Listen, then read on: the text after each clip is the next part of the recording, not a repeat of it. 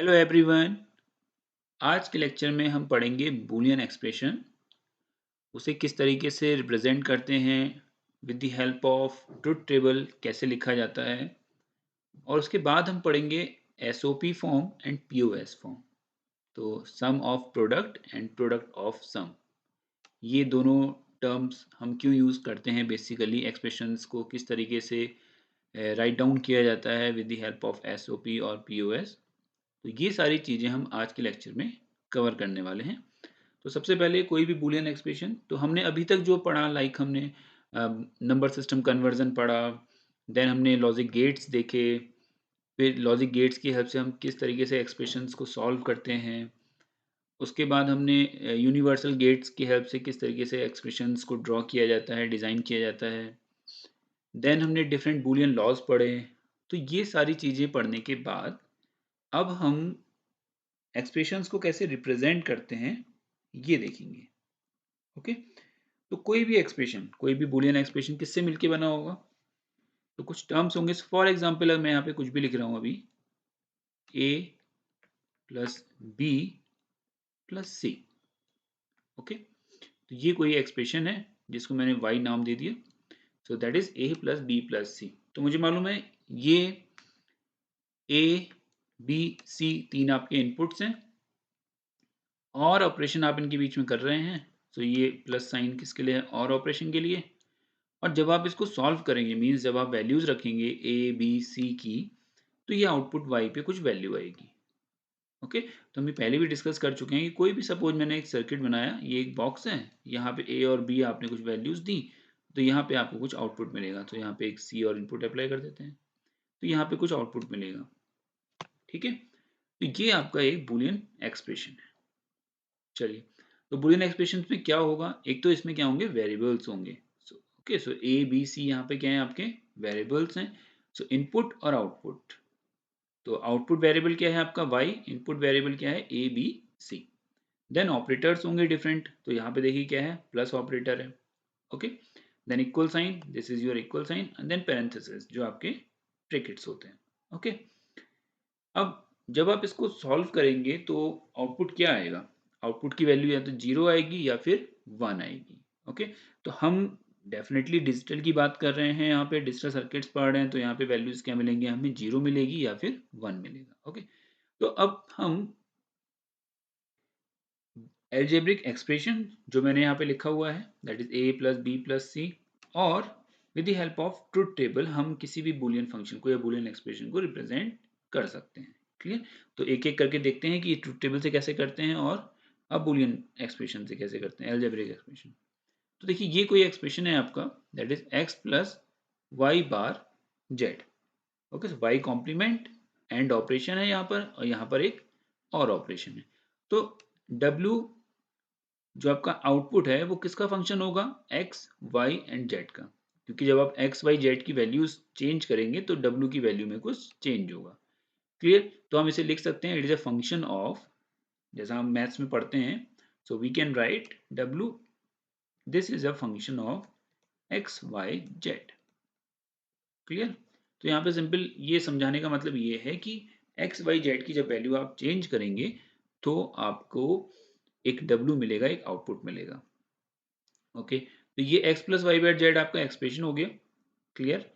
अब जो x y और z जिनको हम वेरिएबल्स कह रहे थे, उनको लिटरल्स भी बोला जाता है। So these symbols x y z are called और are the literals of the function. So these are also called literals, literals. Okay, तो W equal to X plus Y bar Z एक expression है जिसमें ये left hand side है, ये right hand side है, ये ऑपरेटर्स हैं, ये आपके वेरिएबल्स हैं जिसको लिटरल्स भी बोलते हैं, और ये फंक्शन है इन तीनों का। ठीक है, चलिए, तो अब देखिए क्या होगा जब मैं एक्स वाई जेड की वैल्यूज अप्लाई करूंगा। ओके, तो मुझे क्या मिलेगा? W का कुछ आउटपुट मिलेगा।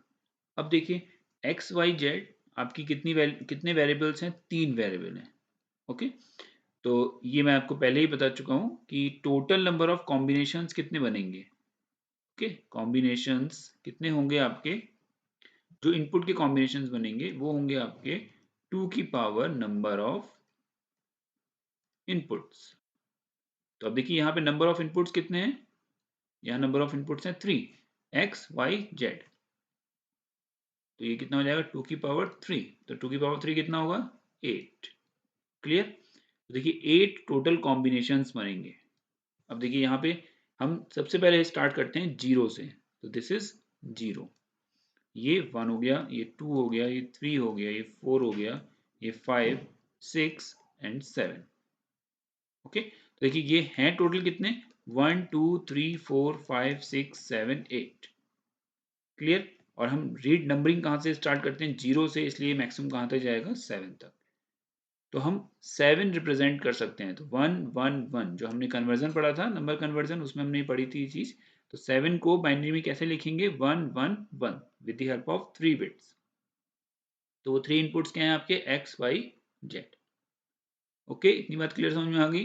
तो हमने अब पॉसिबल कॉम्बिनेशंस लिख दिए 0 0 0 0 0 1 0 1 0 अप टू 1 1 1।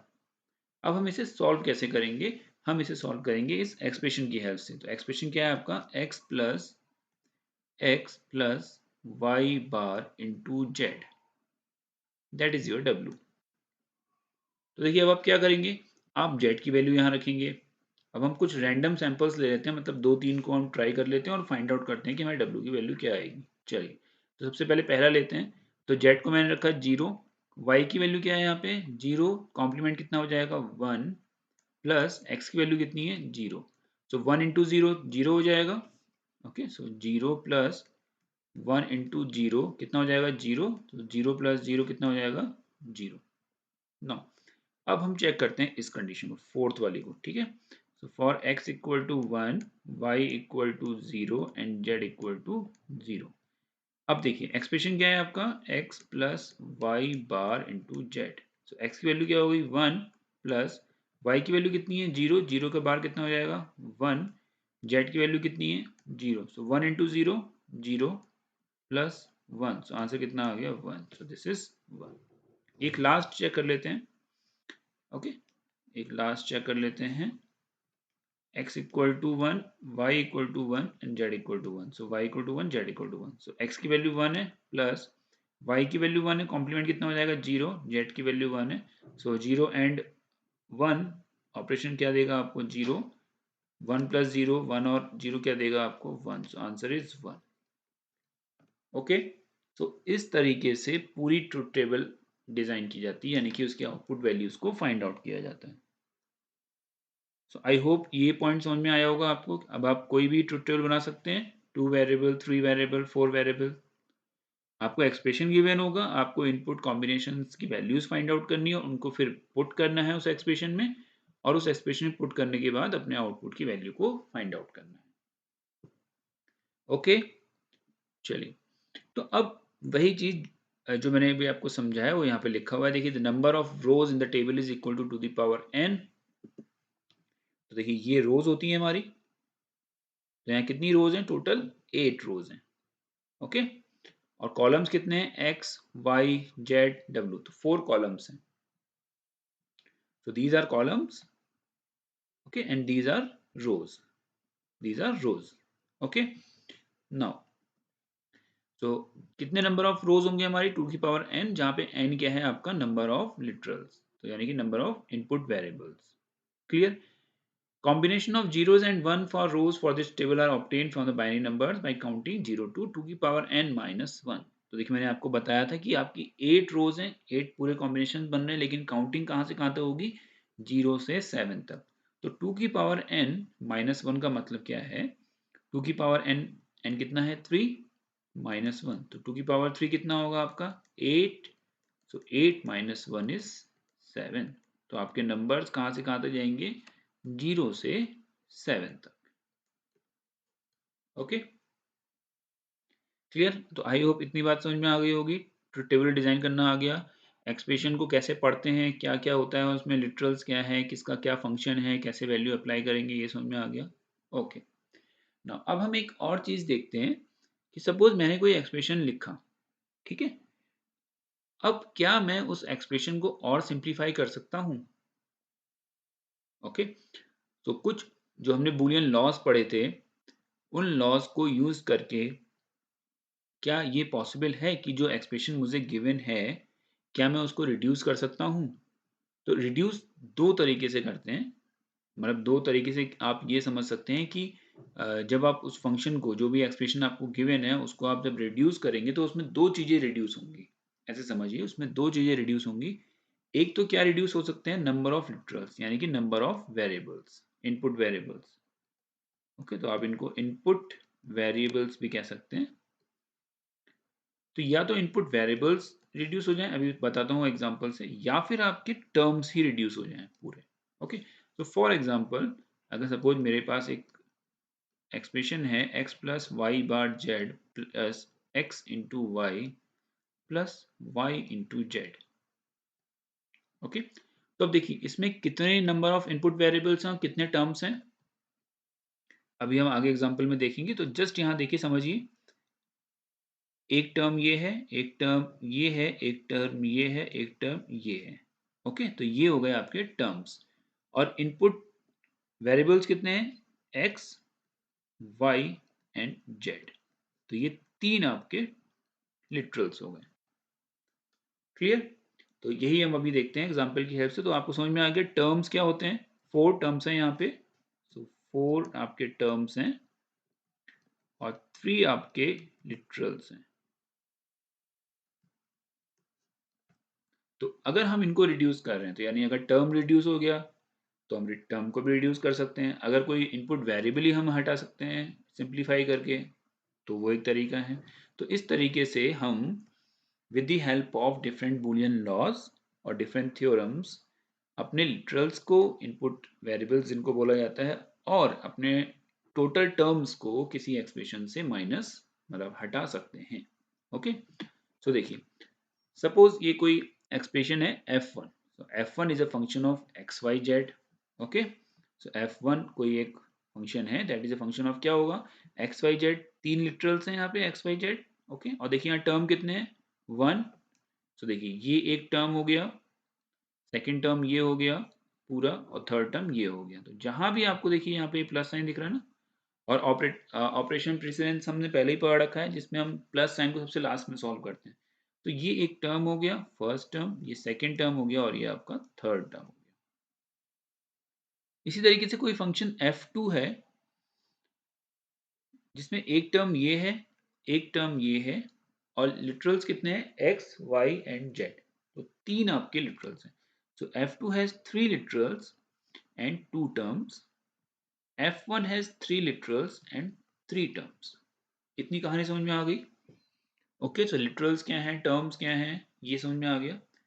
अब हमने क्या किया, हमने एक ट्रुथ टेबल बनाई। ओके, उस ट्रुथ टेबल में हमने क्या किया, एक्स वाई जेड की वैल्यूज लिखी, उनके प्रॉपर कॉम्बिनेशंस लिखे, और इनमें वो वैल्यू पुट करके, इस एक्सप्रेशन में उनकी वैल्यूज को पुट करके, जो अभी हमने पढ़ा इससे पीछे, f1 की वैल्यू फाइंड आउट करी, और उसी तरीके से हमने f2 की वैल्यू को फाइंड आउट किया। ओके, तो देखिए ये एक ट्रुथ टेबल बनाई हमने। एक्स वाई जेड तीन हमारे लिटरल्स हो गए, उनके पॉसिबल कॉम्बिनेशन फ्रॉम 0 0 0 टू 1 1 1। अब हमने f1 एक्सप्रेशन को सॉल्व किया। कैसे किया, एक्स वाई जेड की वैल्यू पुट करके। इसी तरीके से हमने f2 फंक्शन को सॉल्व किया एक्स वाई जी की वैल्यू पुट करके। ओके, तो हमारे पास ये वैल्यूज आई। क्लियर? अब देखिए इन दोनों में क्या सिमिलरिटी है। देखिए f1 का आउटपुट भी जीरो है इस कॉम्बिनेशन के लिए, f2 का आउटपुट भी जीरो है। सेकंड के लिए f1 का आउटपुट 1 है, f2 का आउटपुट भी 1 है। तो अगर हम ये देखें कि x y z की जो हम वैल्यूज अप्लाई कर रहे हैं, उनके लिए f1 और f2 दोनों की वैल्यू सेम आ रही है। देखिए 1 1 0 0 1 1 1 1 1 1 0 0 0 0। तो हमें इससे ये चीज समझ में आई कि f1 एक्सप्रेशन भी हमें वही आउटपुट दे रहा है, और f2 एक्सप्रेशन भी हमें वही आउटपुट दे रहा है। ओके, लेकिन f1 एक्सप्रेशन बड़ा है और f2 एक्सप्रेशन छोटा है। क्लियर? तो अब देखिए ये सब हम कर क्यों रहे हैं, ये सब हम इसलिए कर रहे हैं क्योंकि हमें सर्किट डिजाइन करना है। अब सर्किट अगर मैं सपोज डिजाइन कर रहा हूं, तो यहां देखिए कितने गेट्स यूज होंगे, 1 2, दो और गेट, 1 2 मतलब एक 3 इनपुट एंड गेट यहाँ, एक 3 इनपुट एंड गेट यहाँ, एक 2 इनपुट एंड गेट यहाँ, तो एटलीस्ट कम से कम 3 एंड गेट चाहिए मुझे। देन कॉम्प्लीमेंट चाहिए 2, तो 2 मुझे नॉट गेट चाहिए एक्स बार और वाई बार के लिए। यहाँ मुझे एक और गेट चाहिए सिंपल, 1 2 मुझे एंड गेट चाहिए और 2 मुझे नॉट गेट चाहिए। तो देखिए यहाँ मुझे टोटल चाहिए 5 गेट्स, यहाँ मुझे टोटल चाहिए 7 गेट्स। ओके, इतना पॉइंट क्लियर है? ठीक है, तो ये 3 इनपुट एंड गेट चाहिए, 3 इनपुट एक एंड गेट चाहिए, 2 इनपुट एंड गेट चाहिए, तो कुल मिला के मुझे 3 एंड गेट चाहिए। तो यहाँ टोटल 7 गेट्स चाहिए और यहाँ मुझे 5 गेट्स चाहिए। अब सपोज एक गेट की वैल्यू 10 रुपीज़ है, फॉर एग्जाम्पल 10 रुपीज़ है एक गेट की वैल्यू, तो यहाँ मेरा ये सर्किट किस में इम्प्लीमेंट हो जाएगा, 50 रुपीज़ में, और यहाँ मेरा ये सर्किट इम्प्लीमेंट होगा 70 रुपीज़ में। अब ये जो सर्किट बनेगा वो 7 गेट से मिलके बनेगा, 7 गेट से, ये जो सर्किट बनेगा 5 गेट से मिलके बनेगा, तो ये स्पेस भी ज़्यादा लेगा, ये स्पेस कम लेगा क्योंकि नंबर ऑफ गेट्स कम है, इसकी वैल्यू कम है, इसकी वैल्यू बहुत ज़्यादा है, और आउटपुट मुझे दोनों से सेम मिल रहा है, आउटपुट इज सेम। तो इकोनॉमिकली मुझे कौन सा सर्किट ज़्यादा अच्छा पड़ा, 50 रुपीज़ वाला। ओके, तो इसका मतलब इस एक्सप्रेशन से अगर मैं अपने सर्किट को डिज़ाइन करूं तो आउटपुट तो मुझे वही मिलना है जो F1 से मिल रहा है, लेकिन ये सर्किट मेरा एक तो स्पेस कम लेगा, पावर डिसिपेशन कम होगा, टाइम स्पीड ज़्यादा होगी, और कॉस्ट भी इसकी इफेक्टिव होगी। ओके, तो अगर आपको ये पॉइंट समझ में आया तो ये बात समझ में आनी चाहिए कि हम मिनिमाइजेशन क्यों करते हैं। तो हमारा ये काम है कि जो भी एक्सप्रेशन हमें मिल रहा है सॉल्व करके, हम उसको with the help of Boolean laws, with the help of K map उसको सिंप्लीफाई करें, और उसके बाद ही उसको हम विद द हेल्प ऑफ लॉजिक गेट्स इम्प्लीमेंट करें। ओके, सो हम के मैप पढ़ेंगे, सिंप्लीफिकेशन कैसे किया जाता है वो हम देखेंगे। तो आई होप इतनी बात समझ में आई होगी आपके। चलिए, अब अगर मुझे किसी बूलियन फंक्शन को यानी किसी बूलियन एक्सप्रेशन को कॉम्प्लीमेंट करना है, यानी उसको, जैसे सपोज 0 का कॉम्प्लीमेंट क्या होता है 1, और 1 का कॉम्प्लीमेंट 0, तो कोई एक्सप्रेशन सपोज f1 है और मुझे f1 बार निकालना है, उसका कॉम्प्लीमेंट निकालना है, तो उसके क्या तरीके हैं। सपोज आपको ये कोई फंक्शन गिवन है x bar dot Y dot Z bar plus X bar dot Y bar dot Z, तो सबसे पहले आप क्या करेंगे, सबसे पहले आप इस डॉट और इस प्लस साइन को इंटरचेंज कर देंगे। ओके, तो ध्यान रखिएगा, देखिए क्या करना है, आपको पहला स्टेप क्या है, आपको इन डॉट्स को और इन प्लस साइन को आपस में इंटरचेंज करना है। आपस में इंटरचेंज का मतलब जहां जहां आपको डॉट दिख रहा है वहां आप क्या कर दीजिए प्लस। सो डॉट प्लस, ये क्या बन जाएगा डॉट, ये बन जाएगा प्लस, ये भी प्लस, ये भी प्लस और ये भी प्लस। ओके, तो देखिए इसको कैसे लिखेंगे, X bar plus Y plus Z bar dot X bar plus Y bar plus Z. Okay, now अब सेकंड स्टेप क्या है आपका, जो कॉम्प्लीमेंट फॉर्म में है यानी कि एक्स बार है अगर, तो उसको क्या कर दीजिए एक्स कर दीजिए। क्लियर, y है तो y को क्या कर देंगे y बार, z बार को क्या कर देंगे z, x बार क्या बन जाएगा x, तो यहाँ लिख लेते हैं, देखिए x, this will become y बार, ये z बन जाएगा, ये x बन जाएगा, दिस विल बिकम y, और ये क्या बन जाएगा z बार। ओके, तो देखिए चेक करिए, x plus Y bar plus Z dot x plus Y plus Z bar, so this is your f1 complement. Okay, clear है? तो देखिए सिंपल सा, आपको पहले क्या करना है, डॉट और प्लस साइन को इंटरचेंज करना है, सेकंड वेरिएबल्स को कॉम्प्लीमेंट करना है। तो आप देखिए जैसे a डॉट बी कोई फंक्शन है, f1 एक कोई सब फंक्शन है a डॉट बी, अब आपको कैलकुलेट करना है f1 बार। ओके, तो देखिए पहले क्या करेंगे आप, यहाँ सिंपल डॉट है, आप इसको क्या बना देंगे a plus B. Okay, then second step में आप क्या करेंगे, इनको कॉम्प्लीमेंट कर देंगे, यानी कि ए bar plus B bar. Okay, तो आप क्या लिख सकते हैं, ए डॉट बी का कॉम्प्लीमेंट कितना होगा, ए बार प्लस बी बार, जो कि हमारी क्या है, डी मॉर्गन्स थ्योरम, जिसको हम पढ़ चुके हैं। तो डी मॉर्गन थ्योरम यही कहती है कि ए डॉट बी का complement is equal to A bar plus B bar. Okay, तो इस तरीके से आप किसी भी फंक्शन का, कोई फंक्शन आपको गिवन है, आप उसका कॉम्प्लीमेंट फाइंड आउट कर सकते हैं। ओके, चलिए अब हम बात करते हैं मिन टर्म्स एंड मैक्स टर्म्स की। ओके, सो किसी भी ट्रुथ टेबल में आप दो तरीके से उनके आउटपुट्स को रिप्रेजेंट कर सकते हैं। ओके, पहला जो तरीका है दैट इज SOP, और दूसरा जो तरीका है वो है आपका POS। ओके, तो इसे बोलते हैं सम ऑफ प्रोडक्ट, अभी देखेंगे हम ट्रुथ टेबल में, और इसे बोलते हैं product of sum, product of sum. तो SOP में अगर मैं किसी एक्सप्रेशन को लिख रहा हूं तो उनके सारे टर्म्स हैं वो क्या कहलाएंगे, मिन टर्म्स। क्या कहलाएंगे, मिन टर्म्स। और POS फॉर्म में अगर मैं अपने वैल्यूज एक्सप्रेशन को लिख रहा हूं तो उसके सारे टर्म्स क्या कहलाएंगे, मैक्स टर्म्स। ओके, तो अभी आप इतना समझिए कि मिन टर्म और मैक्स टर्म्स क्या हैं। तो मिन टर्म वो कहलाते हैं जिनको आप stand sum of product form में लिखते हैं। POS के टर्म्स आपके मैक्स टर्म्स कहलाते हैं। सो SOP के टर्म्स मिन टर्म्स, POS के टर्म्स मैक्स टर्म्स। तो अब इस टेबल को अभी हम थोड़ी देर में समझेंगे, पहले हम ये समझते हैं कि लिखते कैसे हैं। चलिए, तो सबसे पहले लिखते हैं सम ऑफ प्रोडक्ट एक्सप्रेशन, यानी कि SOP expression. So it is a product term, अभी मैंने आपको बताया था मिन टर्म बोलते हैं उसे, और सेवरल प्रोडक्ट टर्म्स, मतलब बहुत सारे min terms that are logically added, यानी कि जिनके बीच में लॉजिकल और ऑपरेशन होना चाहिए। फॉर एग्जाम्पल, कोई फंक्शन सिंपल x है, तो कोई प्लस कोई डॉट कुछ नहीं है, तो ये मिन टर्म भी हो सकता है। ओके, नाउ तो ये मैक्स टर्म भी हो सकता है क्योंकि ये सिंगल टर्म है।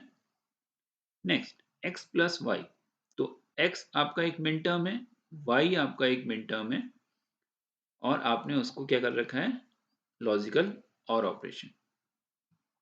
Then x plus Y dot Z, तो देखिए y डॉट जेड, तो ये y डॉट जेड जो है that is your one min term, तो ये एक मिन टर्म है, और x एक अपना मिन टर्म है। ओके, सो इस तरीके से आप क्या कर रहे हैं, सम ऑफ प्रोडक्ट्स, और प्रोडक्ट्स किनका, टर्म्स का, मिन टर्म्स का। प्रोडक्ट्स किस चीज का, मिन टर्म्स का। So this is one min term, this is one min term. Okay, so x dot Y is min term. तो इस तरीके से अगर आप रिप्रेजेंट कर रहे हैं तो वो आपके क्या कहलाएंगे, SOP एक्सप्रेशन। क्लियर? तो आपको क्या करना है, आपको जो भी ट्रुथ टेबल गिवन है, ओके, सो सपोज जैसे मैं आपसे कहूं कि ये आपकी एक ट्रुथ टेबल है और आपको इसमें सम ऑफ प्रोडक्ट यानी कि SOP फॉर्म में आउटपुट लिखना है। तो पहले तो हमने ये समझा कि SOP फॉर्म के आउटपुट्स क्या होंगे। तो वो इस तरीके से गिवन होंगे, अगर कोई एक्सप्रेशन है आपका, सपोज आपके पास कोई एक्सप्रेशन है x dot Y bar plus Y dot Z plus X dot Z, तो ये किस फॉर्म में है, ये एक्सप्रेशन किस फॉर्म में है, अगर आप इसको देखेंगे तो ये है आपका सम ऑफ प्रोडक्ट फॉर्म, ये मैं आपको बताना चाह रहा हूँ। क्लियर? तो ऐसा कोई भी एक्सप्रेशन अगर आपको इस फॉर्म में दिख रहा है कि जहाँ पे आपने वेरिएबल्स के इनपुट वेरिएबल्स को प्रोडक्ट कर रखा है और देन आप उनको ऐड कर रहे हैं, तो यहाँ देखिए 3 टर्म्स हैं, यहाँ पे तीनों मिन टर्म्स हैं, क्लियर। और यहाँ पे 3 लिटरल्स हैं, 3 आपके इनपुट वेरिएबल्स हैं। तो इस तरीके की फॉर्म अगर आपको दिख रही है तो दैट इज एसओपी फॉर्म। अब हम एसओपी फॉर्म में आउटपुट कैसे लिखते हैं ये हम देखेंगे। ओके, तो देखिए आप क्या करेंगे, एक ट्रुथ टेबल बनाएंगे और ट्रुथ टेबल बनाने के बाद आप उनके सारे आउटपुट्स निकालेंगे। जैसे हम यहाँ देखते हैं, देखिए आपने एक ट्रुथ टेबल बनाई, कोई एक फंक्शन था आपका, कोई एट रैंडम कोई फंक्शन ये सॉल्व किया है यहाँ पर इस ट्रुथ टेबल में, तो आपके पास एक टेबल आएगी, उसमें f1 की वैल्यूज आएंगी। तो देखिए एसओपी फॉर्म यानी कि सम ऑफ प्रोडक्ट सिर्फ उन आउटपुट्स का लिया जाता है जहां पे आउटपुट की वैल्यू 1 होती है। यानी जिस कॉम्बिनेशन के लिए आपके आउटपुट की वैल्यू 1 होगी, आप सिर्फ उस टर्म को ही कंसीडर करेंगे। ये बात आपको समझ में आई? तो देखिए सॉल्व करते हैं और अच्छे तरीके से समझ में आएगा।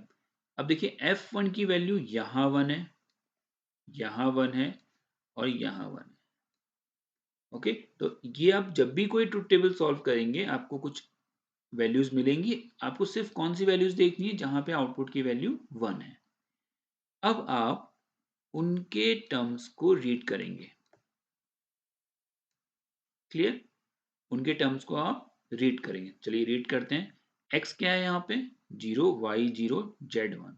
तो देखिए मैंने आपसे क्या कहा, जब भी हम सम ऑफ प्रोडक्ट के एक्सप्रेशंस को लिखते हैं तो वहां पे एक तो आउटपुट की वैल्यू क्या होनी चाहिए 1, यानी कि हम सारी ही वैल्यूज को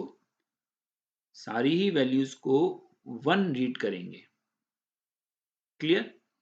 तो वो चाहे इनपुट्स की वैल्यू हो चाहे आउटपुट्स की वैल्यू हो, वो हमारे लिए जब हम एक्सप्रेशन फाइंड आउट करेंगे उसका, वो हमारे लिए 1 आनी चाहिए। ओके, तो अब 1 कैसे आएगी, देखिए यहाँ तो x की वैल्यू 0 है। अब अगर मुझे इसको 1 लिखना है तो मैं इसे क्या लिखूंगा, मैं इसे लिखूंगा x बार। अगर मुझे y की वैल्यू 0 गिवन है और मुझे इसे 1 लिखना है तो मैं क्या लिखूंगा, y बार। z की वैल्यू तो 1 गिवन है तो मैं इसे क्या लिखूंगा, z। पॉइंट समझ में आया? तो देखिए इस आउटपुट को मैं क्या लिखूंगा, x बार y बार z। तीनों के बीच में एंड ऑपरेशन, क्लियर। अब अगर मैं इस एक्सप्रेशन को सॉल्व करूं तो देखिए क्या बनेगा, ये x की वैल्यू 0 रखिए, क्या हो जाएगा 0 कॉम्प्लीमेंट, y की वैल्यू 0 रखिए 0 कॉम्प्लीमेंट, z की वैल्यू 1। तो 0 का कॉम्प्लीमेंट कितना होता है 1, 0 का कॉम्प्लीमेंट 1 इंटू 1, आउटपुट क्या आएगा 1। सो f की वैल्यू कितनी आ गई 1। ओके, अब देखिए इस टर्म को आप लिख सकते हैं, ट्राई करिए। ये होगा x, ये हो जाएगा y बार 0 है, ये हो जाएगा z बार। तो आप इसे क्या लिख सकते हैं, आप इसे लिख सकते हैं x डॉट y बार डॉट z, क्लियर। ऐसे ही इसे क्या लिख सकते हैं x y z। तो ये क्या बन जाएगा x dot y dot z। Okay, तो देखिए यहाँ पे पहला टर्म क्या है आपका x बार y बार z, सेकेंड टर्म है x y बार z बार, थर्ड टर्म है x dot y dot z, clear. उसके बाद आपने ये जो टर्म्स निकाले आप उनको क्या करेंगे, और ऑपरेशन कर देंगे, मतलब और के साथ लिखेंगे। तो x बार y बार डॉट z पहला टर्म हो गया, प्लस x डॉट y बार डॉट z बार सेकेंड टर्म हो गया, third is x dot y dot z, clear. ये आपका आउटपुट आ गया। इतनी बात समझ में आई, क्लियर है, सिंपल। किस तरीके से लिखना है एक बार खुद प्रैक्टिस कीजिएगा, आपको समझ में आ जाएगी बात। अब आगे देखें क्या है। अब देखिए, अब ये कौन सा टर्म है, किस पोजीशन पे है ये, देखिए पहली पोजीशन क्या होगी 0, दूसरी पोजीशन क्या होगी 1 2 3 4 5 6 7। सॉरी पोजीशन नहीं है, ये नंबरिंग है, मतलब इसको आप क्या रीड करोगे 0, इसको 1, इसे 2, इसे 3, इसे 7। तो देखिए इसको आप क्या रीड करोगे 1। तो हमें अब मिन टर्म्स लिखने हैं। ओके, तो देखिए मिन टर्म क्या होगा, मिन टर्म्स हमेशा स्मॉल m से लिखे जाते हैं,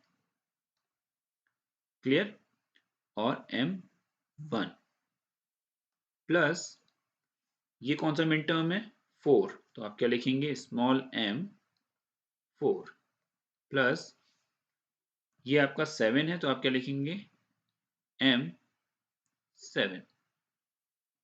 ओके, सो आप क्या लिखेंगे f1 आपका किसका फंक्शन है x y एंड g का, और क्या मिन टर्म्स हैं आपके m1 m4 और m7।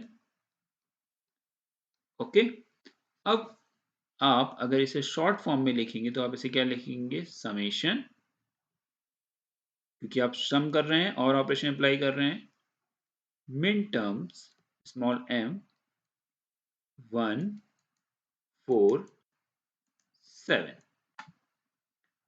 this is f1 and function of x y z। so I hope ये पॉइंट समझ में आया आपको। तो ये हमने फाइनली अपने एक्सप्रेशन को, जो कि हमें सम ऑफ प्रोडक्ट फॉर्म में लिखना था, विद द हेल्प ऑफ मिन टर्म्स लिख लिया। ओके, सो हमने किस तरीके से बूलियन एक्सप्रेशंस को रिप्रेजेंट किया जाता है, लिटरल्स क्या होते हैं, वेरिएबल्स, देन आउटपुट कैसे लिखा जाता है, कैसे वो उसका फंक्शन होता है। उसके बाद दो तरीके से हम किसी भी एक्सप्रेशन को रिड्यूस कर सकते हैं, उसके लिटरल्स को कम कर लें या उनके टर्म्स को कम कर लें, ये हमने देखा। उसके बाद हमने ये देखा कि मिन टर्म और मैक्स टर्म्स क्या होते हैं, कॉम्प्लीमेंट कैसे किया जाता है, और एसओपी फॉर्म में किसी एक्सप्रेशन को कैसे लिखते हैं। ओके, सो नेक्स्ट लेक्चर में हम पीओएस फॉर्म पढ़ेंगे, यानी कि प्रोडक्ट ऑफ सम, और उसके बाद फिर हम इस टेबल को समझेंगे कि ये टेबल कैसे लिखी गई है। सो आज के लेक्चर के लिए इतना ही। Thank you.